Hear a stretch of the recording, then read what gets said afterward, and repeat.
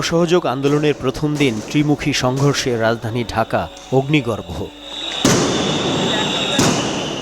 এখানে সেখানে জ্বলছে ভবন, পুড়ছে বাড়ি, ভস্মীভূত হচ্ছে কত শত গাড়ি, বাড়ছে হতাহতের মিছিল।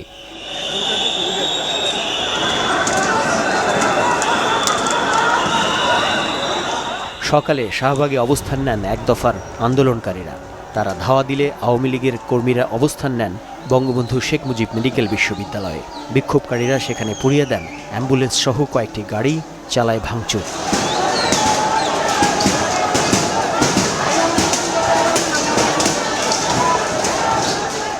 শাহবাগ থেকে বিক্ষোভকারীরা এগিয়ে যায় মিন্টো রোডে পুলিশ মহাপরিদর্শকের বাসভবনের দিকে।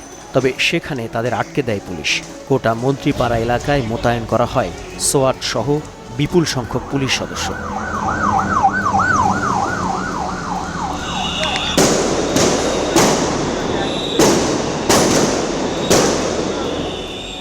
দুপুর গড়াতেই বাংলা মোটর, কারওয়ান বাজার, ফার্মগেট সহ পুরো ভিআইপি সড়কের বেশিরভাগ জুড়ে পরিণত হয় রণক্ষেত্রে। চলতে থাকে ত্রিমুখী সংঘর্ষ।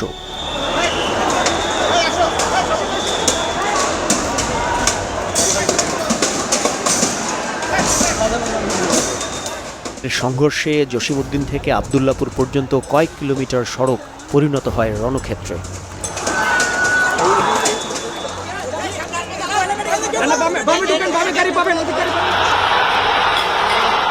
সংঘর্ষ হয়েছে যাত্রাবাড়িতেও।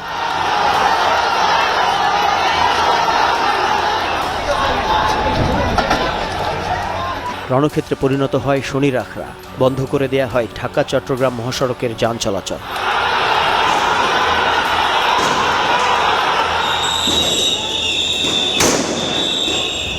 ব্যাপক সংঘর্ষ হয়েছে জাতীয় প্রেস ক্লাব এলাকাতেও।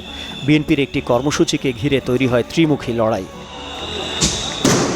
বিকেলে রণক্ষেত্রে পরিণত হয় পুরানা পল্টন এলাকা। কয়েকজনকে মারধর করার সময় তাদের উদ্ধার করেন সেনা সদস্যরা।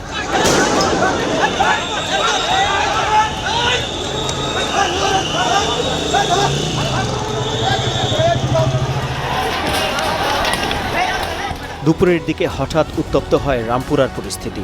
ইউলুপ সংলগ্ন হাতির ঝিল মোড়ে কিছু আন্দোলনকারী রাস্তায় ব্যারিকেড দিয়ে আটকে দেয় গাড়ি চলাচল। সেখানে ভাঙচুর চালানো হয় একটি মাইক্রোবাসে। পরে গাড়িটির চাপায় বেশ কয়েকজন আন্দোলনকারী হতাহত হলে চালককে দীর্ঘক্ষণ ধরে বেদম মারধর করেন আন্দোলনকারীরা।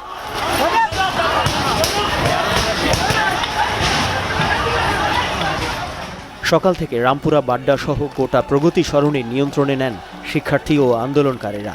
রাস্তা বন্ধ করে রামপুরা ব্রিজের ওপর বিক্ষোভ সমাবেশ করে তারা। তবে ওই এলাকায় পুলিশ ও আওয়ামী লীগের কর্মীদের উপস্থিতি তেমন দেখা যায়নি।